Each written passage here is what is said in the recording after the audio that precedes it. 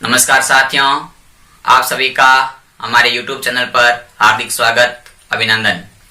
साथियों, हम लॉकडाउन के दौरान ऑनलाइन क्लासेस का जो प्रोसेस शुरू किया था और यथावत रूप से हमारी क्लासें चल रही है। कुछ कारणवश मैं क्लास लाइव लेना चाहता हूं, लेकिन इंटरनेट और सब्सक्राइबर की वजह से इनकी सब्सक्राइबर अभी कम है, तो हम लाइव क्लास लेने में अभी प्रॉब्लम जो आ रही है उसको 1-2 दिन में हम ठीक कर देंगे। तब तक आप हमारे YouTube चैनल के माध्यम से प्लेलिस्ट में जाकर के हमारे वीडियोज पढ़ते रहिए।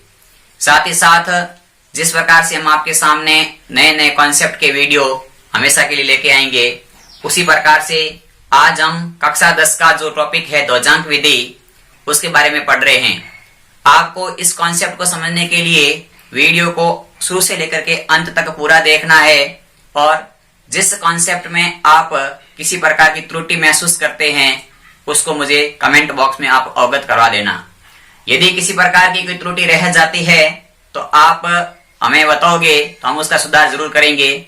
लेकिन मित्रों, आपसे एक ही अनुरोध करता हूं कि यदि आपको वीडियो पसंद आता है तो ज्यादा से ज्यादा इसको शेयर करें, चैनल को सब्सक्राइब करें, और साथ ही साथ आप अपना अमूल्य सहयोग जो दे रहे हैं उसके लिए दिल से बहुत बहुत आप सभी का आभार। चलिए मित्रों, हम आज हमारा टॉपिक शुरू करने जा रहे हैं वैदिक गणित से, जो टॉपिक है कक्षा 10 का है, जिसमें हम ध्वजांक विधि से भाग सीखेंगे। तो हमें ध्वजांक विधि से भाग किस प्रकार से किया जाता है वो हम सीखते हैं। तो आज का हमारा टॉपिक है वो है ध्वजांक विधि, यानी कि हम ध्वजांक विधि से भाग सीखेंगे। तो ध्वजांक विधि से हम भाग कैसे सीखते हैं, इसके लिए हम कॉन्सेप्ट, आज का पहला कॉन्सेप्ट क्वेश्चन करते हैं। यानी कि जब हमारे पास में किसी प्रकार की संख्या का जैसे भाग देना है, हमारे पास संख्या है 4532, यानी कि हमारा क्वेश्चन है जिसमें संख्या है 4532, इसमें हमें भाग लगाना है 112 का। तो हम इतना क्या करते हैं कि जब जो संख्या हमारी भाजक होती है, इस भाजक के अंदर हम एक कॉन्सेप्ट लगाते हैं, यानी कि भाजक के इकाई अंक को तो मान लेते हैं हम ध्वजांक, यानी कि यहां से हम ध्वजांक मानते हैं 1, तो जो इकाई अंक होता है इसे हम मान लिया ध्वजांक। शेष अंक होते हैं उसे हम मान लेते हैं मुख्यांक, यानी कि जो शेष अंक है उसको मुख्यांक मान लेते हैं। संख्या के शेष अंक रह जाते हैं 11, तो हमने 11 को मान लिया मुख्यांक। इस प्रकार से हमारा कॉन्सेप्ट रह गया कि ध्वजांक है 2 और मुख्यांक है 11। आप सभी ने पहला कॉन्सेप्ट ध्यान रखना है कि भाजक का इकाई अंक होता है उसे हमें मानना है ध्वजांक, और जो शेष अंक होते हैं उसे मानना है मुख्यांक। इसके बाद में हमें क्या करना है मित्रों, हमें इसके बाद में 2 लाइन खींचनी है। 2 लाइन खींचने से हमें 3 खंड प्राप्त हो जाएंगे। कितने खंड प्राप्त हो जाएंगे? 3 खंड प्राप्त हो जाएंगे। पहला खंड, दूसरा खंड और तीसरा खंड। अब 3 खंड बनाने के बाद में हमें यह काम करना है कि पहले खंड में ऊपर, यहां सबसे पहले खंड में पहली लाइन में हमें लिखना है हमारा ध्वजांक कितना है वो, यानी कि पहली लाइन में तो हमें लिखना है हमारा ध्वजांक। तो हमारा ध्वजांक यहां से आ गया, वो आ गया 2। उसके जस्ट नीचे दूसरी लाइन में हमें लिखना है, वो हमारा काम होगा, यानी कि हमारा मुख्यांक कितना है, मुख्यांक लिखना है। तो मुख्यांक हमारा आ गया, वो आ गया 11। इस प्रकार से लिखना है कि 11 के ऊपर 2 घात के रूप में लगे, इस टाइप से हमें फॉर्मेट में लिखना है। जब हम ये 2 इतना काम पहले काम खंड में कर लेते हैं, उसके बाद हमें एक बात नोट करनी है। वो बात ये नोट करनी है कि हमारे ध्वजांक में कितने अंक है। यदि हमारा ध्वजांक 1 अंक का है तो संख्या का इकाई अंक की तरफ से 1 अंक लेंगे। यदि ध्वजांक में 2 अंक होते तो संख्या के 2 अंक लेते, और रखते कहां पर? तो संख्या में देखो, ध्वजांक में 1 अंक है तो संख्या का 1 अंक इकाई की तरफ से लेंगे, तो इकाई की तरफ से 1 अंक लिया, अंक है वो हमारा 2। इस 2 को हम तीसरे खंड में रखेंगे। कहां पे रखेंगे? तीसरे खंड में रखेंगे। इसके बाद हमें यह काम करना है कि शेष जो संख्या हमारी रही है 453, इस शेष संख्या को हम मध्य खंड में लिखेंगे। कहां लिखेंगे? मध्य खंड में लिखेंगे। तो शेष संख्या हमारी है वो है 453, इसको हमने लिख दिया मध्य खंड में। आपको कॉन्सेप्ट है इनकी स्टेप बाय स्टेप काम करेंगे हम, तो एकदम परफेक्ट रूप से हम ध्वजांक का भाग सीख जाएंगे। अब हमें काम क्या करना है एक लाइन छोड़ करके इस प्रकार से भाग को बंद कर देना, यानी कि ध्वजांक को इस विधि का जो फॉर्मेट है पूरा फॉर्मेट बन चुका है। जब हम बोर्ड परीक्षा में इतना काम करते हैं, मान लो कि ये क्वेश्चन हमारी बोर्ड परीक्षा में आ गया, जब हम इतना काम कर देते हैं तो वो क्वेश्चन जिसका जैसे वो क्वेश्चन 3 नंबर का है, तो उस 3 नंबर के क्वेश्चन में से हमारा 1 नंबर का काम हो चुका है। यानी कि पूरे क्वेश्चन में गणित में हमेशा स्टेप बाय स्टेप नंबर दिए जाते हैं, तो ये हमारा पहला स्टेप है, इस पहले स्टेप में मैंने 1 नंबर का काम कर लिया है। यदि इसके आगे आपको भाग नहीं आता है तो भी यहां तक आपका 1 नंबर का क्वेश्चन हो चुका है। अब हमें क्या काम करना है कि हमें पहला अंक लेना है, तो पहला अंक है 4, मुख्यांक 11 है और 4 छोटा है 11 से, तो जब भी हमें मुख्यांक से बड़े अंक देखना पड़ेगा तो हमने 2 अंकों की संख्या ली, तो हमारे पास संख्या बन गई 45। अब हमें क्या काम करना है कि इस 45 के अंदर 11 का भाग लगाना है। हमें काम ये करना है कि 45 के अंदर भाग लगाना है 11 का। तो आप जब 11 का भाग लगाओगे तो भागफल आएगा 4, यानी कि 11 चौके 44 और शेषफल आएगा 1, यानी कि 45 में से 44 घट जाएंगे तो शेषफल आएगा 1। यहां तक आपके सबके कॉन्सेप्ट समझ में आ चुका है। अब क्या करना है, जो हमारा भागफल आया उसको कहां लिखना है, तो मध्य खंड के नीचे जो कॉलम बना है उसमें तो हम लिखेंगे हमारा भागफल। तो भागफल आया 4 तो हमने 4 लिख दिया। इसी प्रकार शेषफल कहां लिखेंगे, तो जो संख्या हमने ले ली है उस संख्या के जस्ट आगे वाला अंक है, उस अंक से जस्ट पहले हम लिखेंगे हमारा शेषफल। तो हमारा शेषफल 1 है तो हम यहां लिखेंगे हमारा शेषफल, क्योंकि हमने 45 काम में ले लिए हैं, तो आगे वाला अंक 3 है, 3 के जस्ट पहले लिख दिया हमारा शेषफल, तो शेषफल लिख दिया 1। जब हमने शेषफल 1 लिखा तो हमारे पास में नई संख्या बन गई, नया भाज्य कहते जैसे हमारे पास में नया भाज्य बन गया, वो बन गया है 13, यानी कि 13 बन गया है। अब हमें क्या करना है कि इस नए भाज्य का हमें संशोधन करना है, यानी कि हम नए भाज्य का संशोधन कैसे करते हैं वो सीखना है।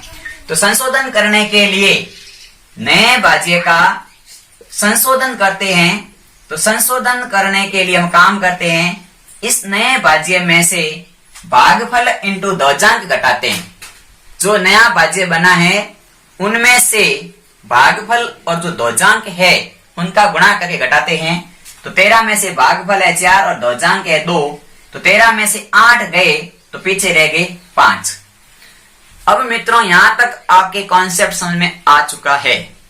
अब क्या काम करना है, जो हमारा संशोधित भाज्य आया है 5, अब देखो 5 में हम 11 का भाग नहीं दे सकते हैं, 5 के अंदर हम 11 का भाग नहीं दे सकते हैं, तो हमारे पास में संख्या रह गई हमारी। अब देखो 5 में हम 11 का भाग नहीं दे सकते हैं, तो अब हम क्या काम करेंगे, तो अब हम क्या काम करेंगे कि हमारे पास में भाग टूट चुकी है, यानी कि भाग क्या हो गई है, भाग टूट चुकी है। अब भाग टूट गई है तो अब हमें इसका कैसे सॉल्यूशन करना है, तो भाग टूट गई है तो हम इसका काम करते हैं कि जो हमने भाग दिया है 4 बार जो हमने भाग दिया था उस भाग को हम 1 कम कर देते हैं, वापस भाग शुरू करते हैं कि 1 कम कर देते हैं। जब हम भाग 4 बार ना दे करके 45 में भाग 11 का देंगे तो वो भाग कितने बार देंगे, तो भाग देंगे 3 बार। तो शेषफल हमारे पास कितने रहेंगे, तो हमारे पास में शेषफल रह जाएंगे, वो रह जाएंगे 12, क्योंकि 45 में से 33 घटाएंगे तो शेषफल आते हैं 12। क्योंकि हमने ये 45 और 11 का जो प्रक्रिया थी इसमें भाग तो 4 बार जा रहा था, लेकिन हमारे यहाँ भाग टूट चुका है, इसलिए हम क्या काम करेंगे, हम ये काम करेंगे कि भाग 4 की जगह सिर्फ 3 बार देंगे, 1 कम करेंगे। जब भाग 1 कम करेंगे तो शेषफल भी अलग आएगा, तो शेषफल आ गया है 12। अब हमें क्या काम करना है, जो हमने मैसेज यानी कि हमने जो प्रोसेस लगाया है लिखा है कॉपी के अंदर, इसमें काट छांट आपको कैसे करनी है बता देता हूं। आपको कुछ भी नहीं करना है, इस 4 को आपको काट देना है, इसके नीचे लिख देना है 3। इसी प्रकार इस 1 को आपको काट देना है, इसके नीचे लिख देना है 12। बस और कुछ भी प्रकार के किसी प्रकार का आपको कोई करेक्शन या ज्यादा काट छांट नहीं करनी है, सिर्फ इतना काट छांट आपको करोगे वो मान्य रहेगी। अब हम क्या करेंगे कि जो हमारा भागफल नया 3 आ गया, शेषफल आ गया नया 12, तो नया भाज्य क्या बन गया है, तो हमारा नया भाज्य बन गया, वो देखिए मैं यहां लिख रहा हूं हमारा नया भाज्य बन गया, वो बन गया है 123। नया भाज्य हमारा बन गया है 123। अब इस 123 का हमें करना है संशोधन। वही काम करेंगे हम संशोधन के लिए। संशोधन के लिए हम क्या काम करेंगे, तो 123 में से अब की बार 3 इंटू 2 घटाएंगे, यानी कि हमारा संशोधन करेंगे 3 इंटू 2 घटाएंगे, तो 3 इंटू 2 घटाएंगे तो 6 घट जाएंगे। तो 123 में से 6 घट गए तो पीछे रह गए 117। कितने रह गए, 117 रह गए। अब इस 117 का अंदर भाग लगाना है हमारा मुख्यांक का, यानी कि जब हम 117 में भाग लगाते हैं 11 का तो भाग जाता है 10 बार। भागफल कितना आता है, भागफल आता है 10 और शेषफल आते हैं, वो आते हैं हमारे 7। भागफल आ गया 10 और शेषफल आ गए 7। वो कहां पर लिखने हैं हमें, जो 10 भागफल आया है तो 10 भागफल को हम इस प्रकार से लिखेंगे, एक तो लिखेंगे 3 के नीचे और 0 लगेंगे पीछे। इस प्रकार से हम लिखेंगे 10 भागफल। इस प्रकार से हमने 10 लिख दिया, शेषफल आया 7, उसको हमने आगे लिख दिया, तो नया भाज्य बन गया हमारे पास में 72। नया भाज्य हमारे पास में कितना बना है, तो नया भाज्य हमारे पास में बन गया है 72। अब यहां मैंने 10 लिखा है, इस प्रकार से आपको लिखना है 10। ये हमारा ध्यान रखना है, इस तरफ ये वाला अलग काम है, 10 इसके नीचे लिखा, 3 के नीचे लिखा मैंने 10। अभी हमारे पास में नया भाज्य बन गया है 72। अब इस 72 का संशोधन करना है, तो वही काम करना है वापस। नया कितना बना, तो नया बना 72। 72 का हम संशोधन करेंगे तो 72 में से 2 इंटू 10 घटा देंगे। 10 ये है, 2 ये, यानी कि 72 में से हम 20 घटा देंगे तो हमारे पास संख्या आ जाएगी, वो आ जाएगी 52।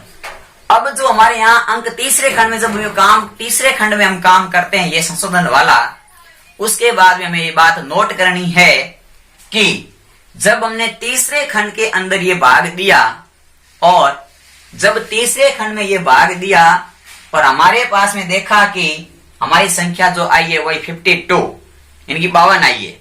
ये 52 अंक है, इनकी संख्या है 52। वो 112 से छोटी है या बड़ी, ये हमें देखनी है। यदि ये संख्या बड़ी होती तो हम आगे भाग और देते, लेकिन ये संख्या छोटी है तो हम आगे भाग नहीं देंगे। इसको तीसरे खंड के नीचे एज इट इज लिख देंगे 52 और इसके अंदर हम ये जोड़ेंगे 30। 3 के अंदर देखो, 3 के अंदर जोड़ रहे हैं तो 0 का तो 0 आ गया, 3 और 1 आ गया 4, ये संख्या बन गई हमारी 40। तो हमारे पास भागफल तो आ गया है 40 और शेषफल आ गया है 52। ये था हमारा ध्वजांक विधि का प्रोसेस।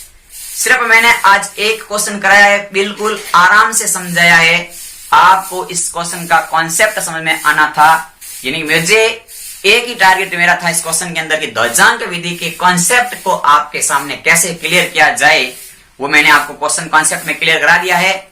यदि आपको मेरा ये वीडियो पसंद आया है तो ज्यादा से ज्यादा शेयर करें, सब्सक्राइब करें। मित्रों, आपके लिए नया कॉन्सेप्ट के साथ में अगला पूरे के पूरे ध्वजांक विधि के जो भाग है सारे हमारे एक्सरसाइज नंबर 1 के, इनकी जितने भी क्वेश्चन है वो हम नेक्स्ट वीडियो में करने वाले हैं। यदि आप सब्सक्राइबर ज्यादा से ज्यादा करवा देते हैं जल्दी से जल्दी, जिस दिन 1000 सब्सक्राइबर पूरे हो जाएंगे उस दिन से हमारी लाइव क्लास चलाने में किसी प्रकार की प्रॉब्लम ना आएगी, क्योंकि उस समय हम यूट्यूब से डायरेक्ट लाइव हो सकते हैं।